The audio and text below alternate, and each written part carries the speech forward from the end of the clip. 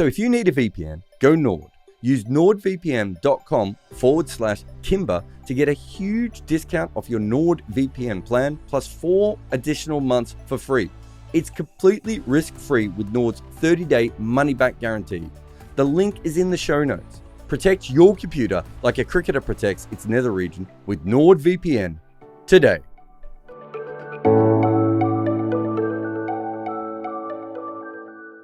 Hello and welcome, ladies and gentlemen, to episode 5 of the Crick Picks podcast, in which I, Behram Qazi, you can find at deafmango on Twitter, Estelle Vasudevan, who you can find at Estelle_Vasude and the number 1.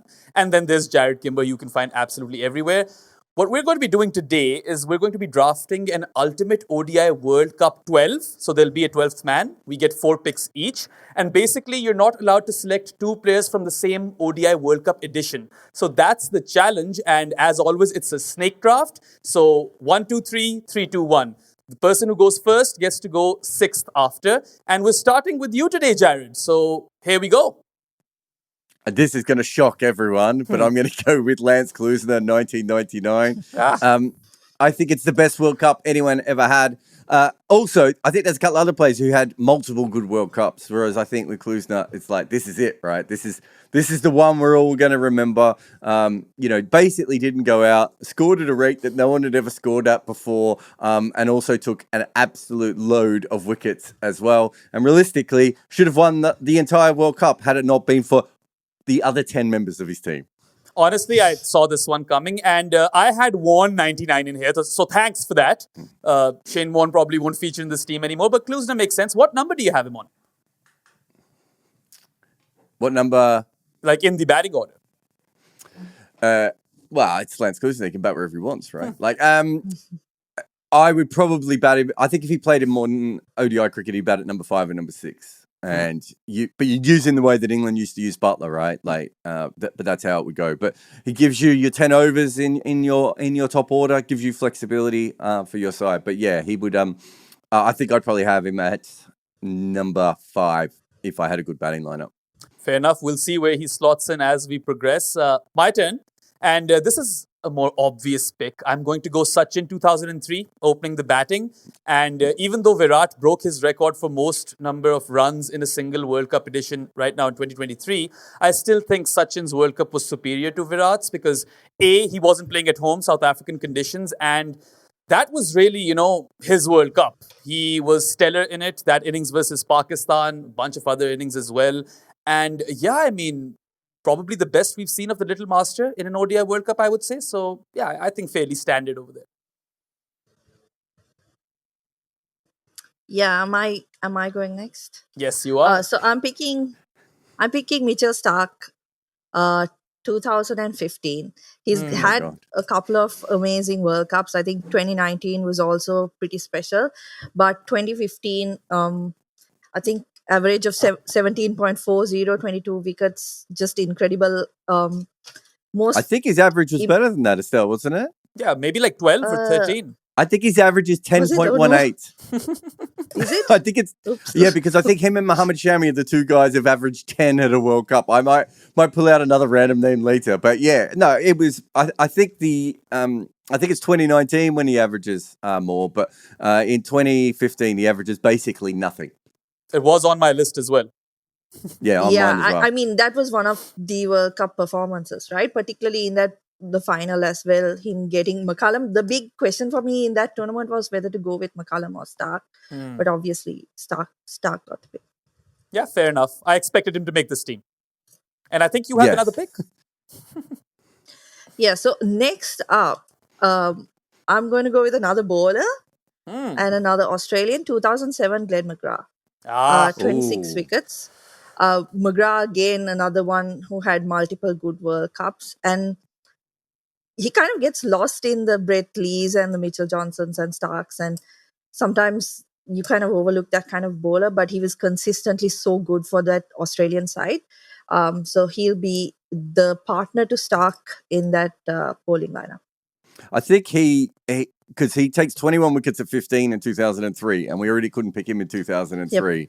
And in 2007, you could have also gone with Bracken. As you said, there's so many other guys for Australia that did well. So Bracken took 16. I think he had a bowling average of 16 and an economy of 3.6 at that tournament. So there's actually arguments to pick someone else other than McGrath. It's just the fact that 99, 2003, 2007, McGrath is just absolutely exceptional all the way through. So he has to be in this side, right? Like, I think so far, I'm the only person who's probably picked someone who just had a great World Cup, whereas you guys have picked the best players of multiple editions.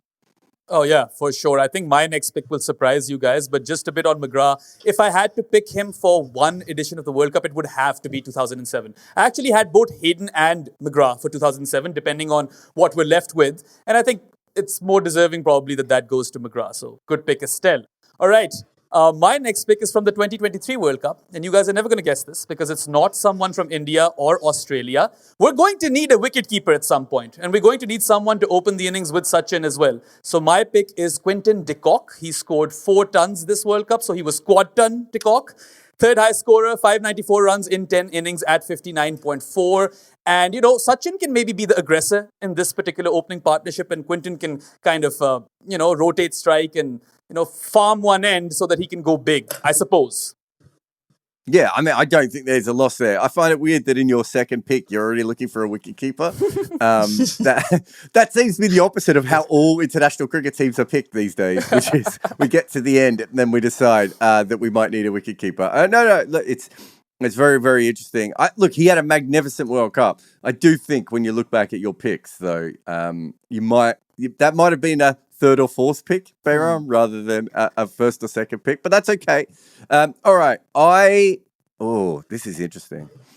So I've already done one pick, haven't I? And I have 2 more picks to go in this round, which will give me 1 pick later on. Okay. So I'm just trying to work out my mass of when I want to hold people, because I do have a fun pick for later on, but let's go Aravinda de Silva, 96 here. You stole it from under Estelle's nose, and I had him over there too. Should have been player of the tournament, but for some reason the finals didn't count as part of player of the tournament. Even then, I'm not sure Jayasuriya was player of the tournament, although he had a fantastic one. But War and Tendulkar were also fantastic in that one. But De Silva, 448 runs. I think at a strike rate of like pretty good for that time. I can't remember exactly what his strike rate was, but it was pretty good. He also took 4 wickets, and I think, Estelle, you may remember, I think almost all of his wickets were in the semi and the final. Is that right? 3 came in the final, if I'm not mistaken. Yeah. So, yeah. And he didn't bowl that many overs overs when you either. say count, like the final didn't count for the award, probably. Just absolutely ridiculous. But that was an absolutely brilliant World Cup. And then with my with my third pick, I'm going to go another a middle order player, especially because we've got a bunch of openers already. But I'll go Martin Crowe. So Martin Crowe, 1992 World Cup. It's kind of forgotten how good he was because they didn't make the final, but they were the best team in that tournament all the way through, the same way that like India were in 2023. And then Martin Crowe doesn't go out on the field, and New Zealand's very carefully crafted changes. In fact, what Pat Cummins did in 2023 was what Martin Crowe wanted to do to Pakistan in 1992, which was a bowling change almost every over. And didn't go out on the field because he had his injury. And unfortunately, he called that his biggest regret in his career, that he didn't go out and just limp around on the field. But he averaged 114 with a strike rate of 90. Just a phenomenal World Cup that's kind of forgotten because of everything that Pakistan did in that tournament. Yeah, so I had both Martin Crowe and Wasim Akram 92. I just wasn't sure which one I was going to pick. And I mean, it makes sense. So Wasim averaged 19 with an economy of 3.75, and also was the difference. I just had Crowe just that little bit higher than him. Also, we've already got a left armour now. Yeah, we do. So we have Stark, then we don't technically need Wasim Akram. But I think it's a good pick. I think this is a good team thus far. We've got Sachin, QDK and Martin Crowe up top, and then De Silva at 4. So that's a very strong top 4 right there. Then you've got Klusner as a floater thus far, and McGrath and Stark in the bowling attack. So looks pretty decent. My next pick is again going to surprise you guys. I'm once again probably jeopardizing my picks in this entire episode. I just want this team to be really, really good. And I don't think we're going to be hard pressed to find a spinner in this entire exercise. So I'm going to do everyone a solid and pick Afridi 2011. He took 21 wickets. He was tied for most number of wickets with Zaheer Khan, but played one game less. He was leading Pakistan as well, absolutely instrumental with the ball. I don't think I've ever seen Afridi bowl leg spin better than the 2011 World Cup. And Pakistan also was, going through a rough period at that time. They had lost some players due to spot fixing and all of that. Plus, that's 10 overs of leg spin and some hard hitting in the lower orders. So I think pretty satisfied with that pick. Yeah, I looked up Afridi because, in fact, there were two players that I thought were quite interesting. There was a Freddie Flintoff year where he took a bunch of wickets and went for no runs.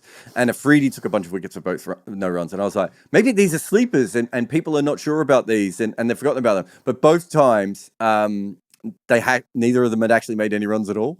So they were just there. In fact, Imran Khan had another year like that as well. I think we might talk about that later. It might still come up. But all those great all-rounders had like a good year, but on one side of the ball, which shows you how special Lance Klusener was. But you're right, I looked at Afridi. The only thing that you could, it probably wasn't the best 2011 season. I can see why you've picked it because we do need a spinner.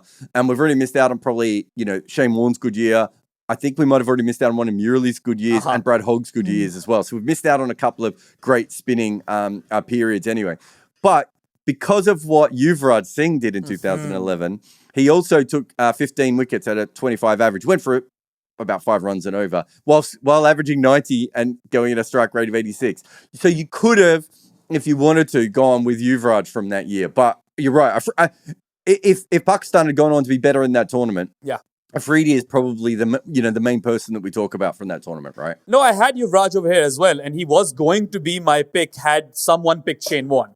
But I value leg spin higher than off spin, so I had to go with Afridi over here. Well, obviously, because you're a mammal.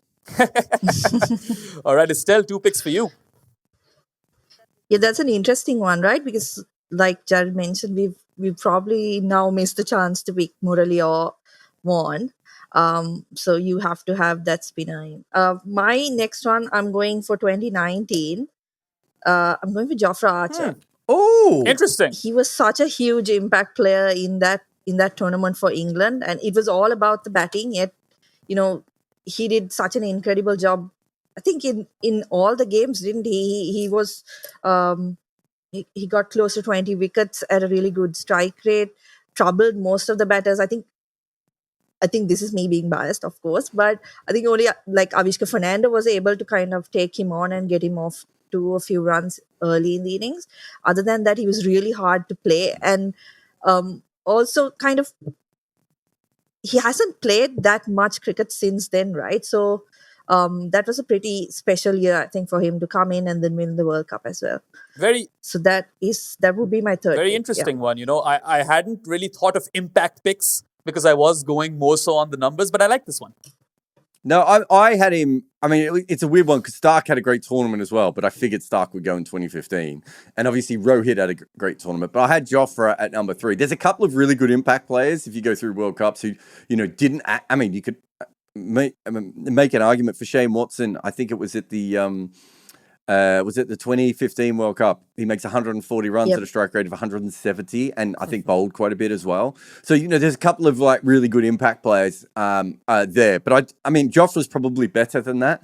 And when it comes down to it, England don't win that World Cup if Jofra isn't available. And he was monstrous at times in that tournament. Was it the Bale that he almost hit for 6 or something? Yeah, I think it was Tamim or Shomya Shakar. Who he hit the bail and it went for 6. It happened. It just had such a big impact. So you could also go for a Rohit in that spot as well. I think either of those would be fine.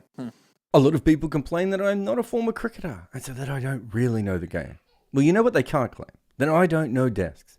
I've been using desks for years. I'm a collector of desks, old and new, and I am sitting on a new one right now. I am the Don Bradman of sitting at desks. So when I tell you that the E7 Pro next generation height adjustable desk from Flexispot is legit, this is like Michael Jordan talking to you about sneakers. This desk holds 160 kilograms. It is as stable as anything I've ever seen, and it has under-desk cable management.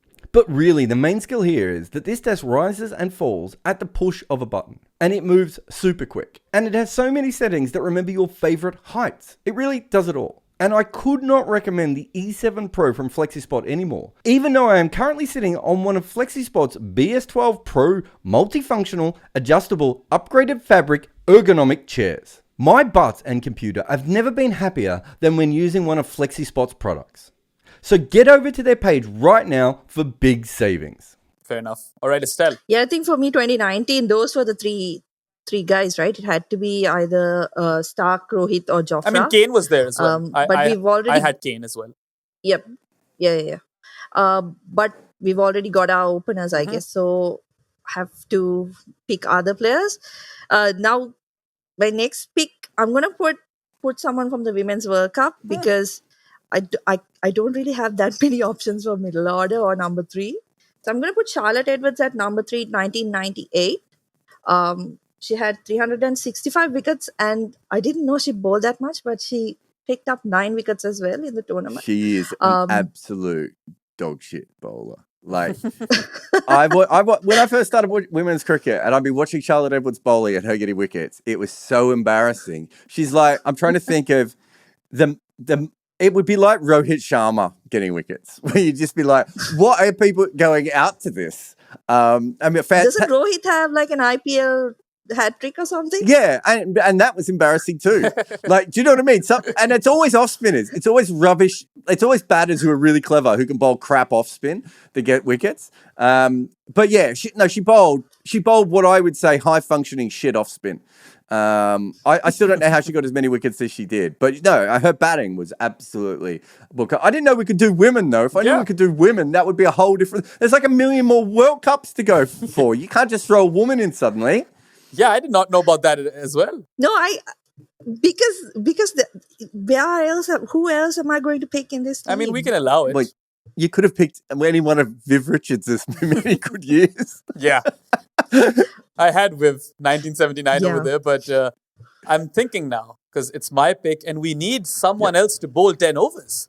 And I am perplexed over here. We could go Kapil Dev 1983, and we could go Imran Khan 1987, because I think that was the best of Imran in World Cups. He wasn't the same bowler, or wasn't really a bowler at all pretty much in 92.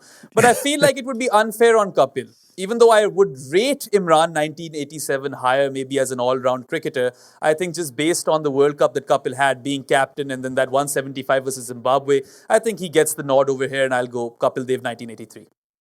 Plus, he takes the catch of Viv in the final, right? Yeah.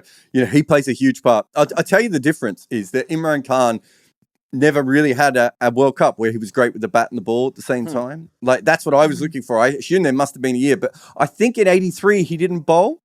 Was he, was it 83 that he didn't bowl, but he made a lot of runs, I think. And then in 87, he's quite handy, but I think Kapil is just a better all-rounder in 83. It is hard to tell because he makes 303 runs and 175 are in one innings. Yeah. But you do go through, and there were some other knocks that he had in that time as well. Imran is just unlucky not to make this list. Imran's kind of like one of the, if you look at him from World Cups, he should have really had a great World Cup in 75, 79, 83, 87. And in the end, the great World Cup he has in 92 when he's basically 140 years old. So we never really had a peak Imran World Cup, but he did bowl brilliantly in 1987, had a bowling average of 13 in that. But I don't, I think Kapil Dev is a normal and safe pick to go ahead of him there. All right. So last pick, Jarrod. This is technically the 12th man, but we can juggle around the players and come up with an 11 once you're done with this. If it's a 12th man, I'm not going to pick Viv because that's just ridiculous. Pick Viv and we can move someone else to 12th man. No, I want to pick someone who I think actually should be the 12th. Fair enough. And also is a player who is only famous for a World Cup and then is only famous for like 2 games in a World Cup. So I don't even know how much either of you will know about this player. Gary Gilmore. Heard the name. So Gary Gilmore might have played the most fantastic game that anyone ever played in a World Cup, where he essentially beats England on his own. I'm just trying to get up his figures here. It was he took 6 for 14. right? Wow. And he's just swinging the ball around like crazy. And then he comes out and also scores the runs that gets Australia. It was a really tough pitch. And Australia weren't chasing very many. And they lost a bunch of wickets. And then Gary Gilmore, having already taken 6 for 14, has to come out and do really well. And then he does really well in the following game as well. And so he ends up in that World Cup with a bowling average of 5.63 in 2 games, and he was the leading wicket taker in the World Cup, despite only playing the 2 games for Australia. So it was a real Muhammad Shami-like performance. And Gary Gilmore was one of those players who probably in T20 cricket is like a James Faulkner type player, or an Andre Russell type player. And never had the ability to do that, played in the wrong era. All these different things happened to him. So he's a perfect 12th man, because there's no player here that you would move out for him. But at the same time, in 1975, he kind of, was the story. And I, Collis King is another interesting one, of course, because of what he did in the World Cup final. Viv Richards is another one. Glenn Turner had a really, really big tournament. I think we covered all the modern tournaments, though, didn't we? It was just the, I think it was just the 70s ones. And so realistically, I think it's probably Gary Gilmore is the one who deserves to slot in, just for the randomness and the fact that he's, he's on the bench. He's fine. Look, if he gets a game, he'll be happy, right? And he's probably not going to get a game in this one. But yeah, absolutely fantastic cricketer. Yeah, awesome. All right, let's, before I actually go through the team and we can kind of see where everyone fits, I want to give a shout out to, what was his name? Damn, I forgot his name. I think you said his name was Governor Bandicoot. Right, Governor Bandicoot, no relation to Crash Bandicoot. And he actually suggested this episode of Crick Picks in the very first episode. He was there in the comments on YouTube. So you guys should know that if you leave a comment on YouTube, maybe your idea gets picked next. But fantastic idea. All of us were on board almost instantly. And yeah, I think we've made a pretty good team over here, Jarrod. Yeah, I think you went very, very role definition, I think. I think Estelle probably wins this one. Although the Charlotte Edwards pick is so rogue, and also it's from a World Cup before women were even on TV.